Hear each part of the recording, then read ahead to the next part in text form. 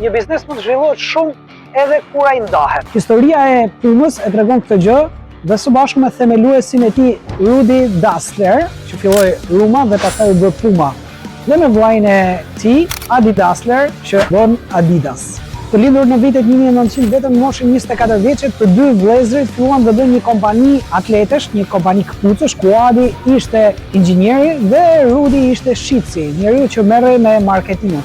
Megjithatë, përmes viteve u krijuar një mosbesim i fortë ndaj të dyve dhe ndan kompaninë duke ndarë asetet dhe gjithçka dhe filloi një urrëtie mes të dy kompanive. Po kjo urrëtie solli inovacion çdo ditë më tepër, edhe Adidas, edhe Puma sollën produkte të jashtëzakonshme përmes viteve duke qenë lider global.